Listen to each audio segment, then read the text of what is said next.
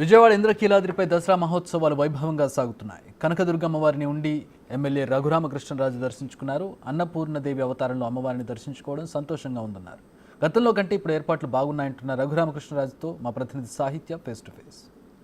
వాళ్ళకి సంబంధించి మూడో రోజు అమ్మవారు అన్నపూర్ణాదేవిగా అయితే భక్తులందరికీ కూడా దర్శనమిస్తున్నారు. ఉండి నుంచి ఎమ్మెల్యే రఘురామ కృష్ణరాజు అయితే కనుక వచ్చి అమ్మవారిని దర్శించుకోవడం జరిగింది. ప్రస్తుతం అంతా ఆయన ఉన్నారు. సార్ చెప్పండి, నమస్తే, దసరా శుభాకాంక్షలు సార్. ఫస్ట్ ఆఫ్ ఆల్ మీకు బిగ్ టీవీ తరపు నుంచి ప్రేక్షకులందరికీ కూడా యాజమాన్యానికి ప్రేక్షకులకి దసరా శుభాకాంక్షలు. ఎలా అనిపిస్తుంది? అమ్మవారిని దర్శించుకున్నారు వెళ్ళి, ఇవాళ మూడవ రోజు అన్నపూర్ణాదేవిగా అమ్మవారు అలంకరణలో అందరికీ దర్శనమిస్తున్నారు కదా, ఎలా అనిపించింది? చాలా సంతోషంగా అనిపించింది. అందులోనూ 5 సంవత్సరాల తర్వాత వచ్చి దర్శనం చేసుకున్నాను కాబట్టి మరింత సంతోషంగా అనిపించింది. కూటమి ప్రభుత్వం వచ్చిన తర్వాత ఇప్పుడు ప్రభుత్వంలో జరుగుతున్న ఏర్పాట్లు కానీ ఎండోమెంట్ డిపార్ట్మెంట్ చేసిన వసతులు ఇవన్నీ ఎలా అనిపిస్తుంది? గతంలో 5 ఏళ్ల క్రితం నేను వచ్చిన దాంతో కంపేర్ చేస్తే చాలా అద్భుతంగా ఉన్నాయి. అమ్మవారికి భక్తుల్ని దగ్గర చేస్తున్నట్టుగా ఉంది, గతంలో దూరం చేసినట్టుగా అనిపించేది. లడ్డు వివాదం ఏదైతే టీటీడీలో జరుగుతుందో దానికి సంబంధించి కూడా సుప్రీంకోర్టు ఎక్కడ దాని గురించి వ్యాఖ్యానించొద్దు, మాట్లాడొద్దు అని చెప్పేసి జగన్మోహన్ రెడ్డి కూడా నిన్న ప్రెస్ మీట్ పెట్టి మరీ మాట్లాడుతున్నారు. దాన్ని ఎలా చూడొచ్చు అంట? మాట్లాడొద్దని సుప్రీంకోర్టు చెప్పిందని నువ్వే చెప్పి నన్ను ఎందుకు అడుగుతున్నావు చెప్పు? నేను మాట్లాడకూడదుగా.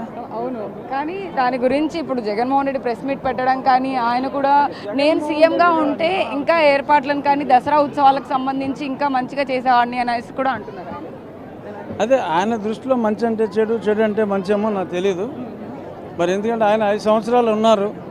5 సంవత్సరాల్లో ఎటువంటి ఏర్పాట్లు ఉన్నాయో మనం చూసాం, ఇప్పుడు మీరు కూడా చూశారు. సో సంబంధం లేదు, చాలా అద్భుతంగా ఉన్నాయి ఇప్పుడు ఏర్పాట్లు. సో ఇప్పుడు ఏర్పాట్లు బాగున్నాయి, అప్పుడు ఏర్పాట్ల కన్నా ఇప్పుడు చాలా బాగున్నాయి, అది సుస్పష్టం. మూలా నక్షత్రం రోజు కూడా క్రౌడ్ ఎక్కువ పెరిగే అవకాశం ఉంది కాబట్టి ఎలాంటి ఏర్పాట్లు చేస్తున్నారు? ఆ రోజు నిజంగా టెంపుల్ యాజమాన్యానికి అంటే మేనేజ్మెంట్కి అగ్ని పరీక్ష.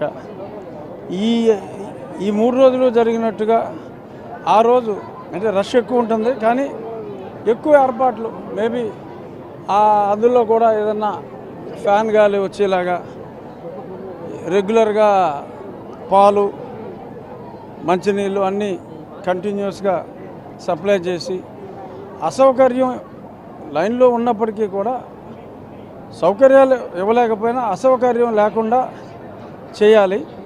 సో డెఫినెట్గా వాళ్ళు ఆ పనిలో ఉంటారు.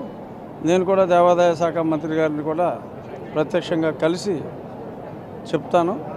డెఫినెట్గా గతంలో వచ్చిన వాళ్ళు ఇప్పుడు వచ్చి ఇదిరా టెంపుల్ అడ్మినిస్ట్రేషన్ అంటే అనుకుంటారని నా సంపూర్ణ భావన. సో చూస్తున్నాం కదా, అంటే గత 5 ఏళ్లుగా సాగిన ప్రభుత్వ పాలనని బట్టి కూడా అప్పుడు గత ఏడాది కానీ గత 5 ఏళ్లుగా దసరా ఉత్సవాలను ఎలా చేశారు, అప్పుడు ఏర్పాట్లకు సంబంధించి కూడా ఎలాంటి అవకతవకలు జరిగినాయి, వాటన్నిటిని రెక్టిఫై చేసుకుంటూ కూడా ఇప్పుడు కూటమి ప్రభుత్వం ఎలాంటి చర్యలను తీసుకుంటుంది, ఎలాంటి ఏర్పాట్లను చేసింది, ఇప్పుడు కూటమి ప్రభుత్వం దృష్టి పెట్టిన నేపథ్యంలో అయితే కనుక రఘురామ కృష్ణరాజు గారు కూడా ఖచ్చితంగా దేవాదాయ శాఖ మంత్రికి కూడా ఆయన మాట్లాడతాను, ఇక్కడ ఉన్న ఏర్పాట్లన్నీ కూడా చాలా చక్కగా చేశారని చెప్పి ఆయన చెప్తున్న పరిస్థితి అయితే ఉంది. వీడియో జర్నలిస్ట్ సురేష్తో సాహిత్య, బిగ్ టీవీ, విజయవాడ ఇంద్రకీలాద్రి నుంచి.